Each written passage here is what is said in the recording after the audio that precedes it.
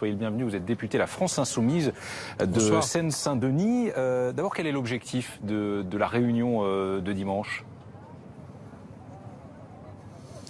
C'est déjà un objectif normal parce qu'il y a l'Assemblée représentative, on en fait une par an, c'était il y a un an. Donc on en fait une autre au même temps. Donc voilà, ça c'est une instance représentative de notre mouvement. Et puis bien évidemment, ça sert aussi à tirer les enseignements et à rebondir après la chute de tension, c'est comme ça que je le caractérise, qu'on a connue aux européennes. Est-ce qu'il est question aussi d'une réponse aux doutes, aux critiques exprimées au sein même de la France Insoumise après ces européennes et ce résultat de 6,3% réalisé par la liste dont la tête était Manon Aubry ? Non, c'est pas par rapport aux critiques, c'est par rapport aux 6,3%. C'est-à-dire qu'on sait tous, il n'y a pas un d'entre nous n'est satisfait par ce résultat. C'est pas celui qu'on imaginait. On pensait, on avait pour objectif, on l'avait dit, de faire aussi bien qu'aux législatives, c'est-à-dire 11%. Bon, à partir du moment où on a un résultat inférieur, bien évidemment, comme tout mouvement, on va réfléchir. Moi, ce que je crois, c'est que nous sommes en réalité dans un rapport de force, notamment vis-à-vis de l'extrême droite, qui est peut-être certainement plus détérioré qu'on l'imaginait, et c'est vrai partout en Europe, quelles que soient par ailleurs les tactiques, les stratégies, le vocabulaire, les leaders utilisés par les forces avec lesquelles nous travaillons, notamment au Parlement européen. Donc à partir de là, il faut voir comment on rebondit.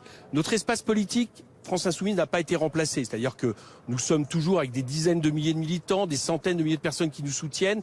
Nous sommes dans toutes les luttes. Vous parliez municipales, mais nous sommes là pour l'instant surtout sur l'idée de remporter 4,7 millions de signatures pour pouvoir avoir le droit à un référendum sur ADP, donc dans l'action.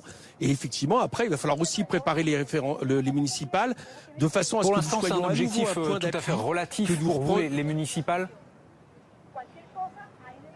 Non, c'est pas un objectif relatif, mais je crois que ça va être un objectif où il va falloir qu'on se centre en termes d'objectifs sur ce qui a été le socle du résultat de Jean-Luc Mélenchon en 2017. Ça a été d'abord les classes populaires, des quartiers périphériques, des grandes villes, et c'est à partir de là qu'il va falloir rebâtir une confiance. Pas rebâtir tout court, je crois que France Insoumise est toujours là, on a toujours des fondations solides, mais redonner confiance, remontrer notre utilité, donc très clairement être capable d'aller gagner des villes, de développer une application citoyenne.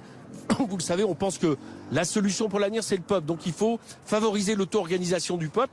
Tout ça, c'est l'objet qu'on se donne pendant les municipales. Donc très clairement, on n'aura pas on gagnera pas des villes partout. Le résultat qu'on a eu là nous a mis nous a freiné. Mais on peut rebondir à partir de notre point force et en préparation de 2022. Nos fondations sont là, sont solides, c'est ce que vous nous disiez il y a quelques instants. Donc aucune remise en cause finalement de ces fondations même et du rôle particulier qu'occupe Jean-Luc Mélenchon aujourd'hui au sein de la France Insoumise. Il prendra la parole d'ailleurs en début d'après-midi dimanche. Des fondations, non. C'est-à-dire un mouvement citoyen qui peut être soutenu par qui veut, mais qui n'est pas un cartel de parti, qui n'est pas aussi sclérosé que peut l'être, en tout cas dans leur forme traditionnelle à parti. L'idée aussi que les vieilles recettes, heureusement, ne fonctionnera pas, c'est-à-dire pendant très longtemps un débat politique qui, du côté de notre espace politique, a été cadenassé par le Parti socialiste.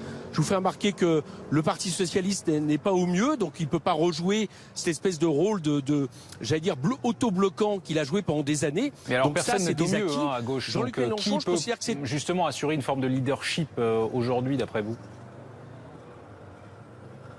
Personne n'est au mieux. Enfin, en tout cas, excusez-moi, mais je ne considère pas de la même manière un mouvement nouveau qui connaît ce que j'appelle une chute de tension, d'une descente progressive d'un mouvement qui jusqu'alors a gouverné le pays, etc. On n'est pas dans la même situation. Par contre, où vous avez raison, c'est que si on continuait par exemple à exagérer nos différences, si certains continuaient à penser qu'il faut que plus rien n'existe, il faut tout rebâtir, aucun acquis n'aurait été enregistré depuis 2 ans, d'autres imaginant je ne sais quelle construction qui à mon avis est déconnectée du rapport de force normal et de ce qu'on peut aujourd'hui attendre des mobilisations. Bon, là on pourrait être mis en danger, mais vous savez, je crois que dans les groupes d'action sur le terrain, les gens ont envie de repartir repartir, de rebondir.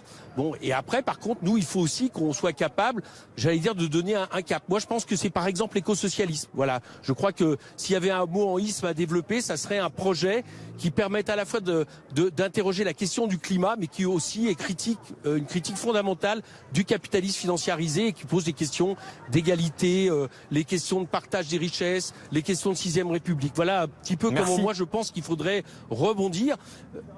Mais c'est quelque chose qui est tout à fait possible. Et avec Jean-Luc Mélenchon, pour notre avenir, je crois que c'est toujours la bonne personne pour la suite.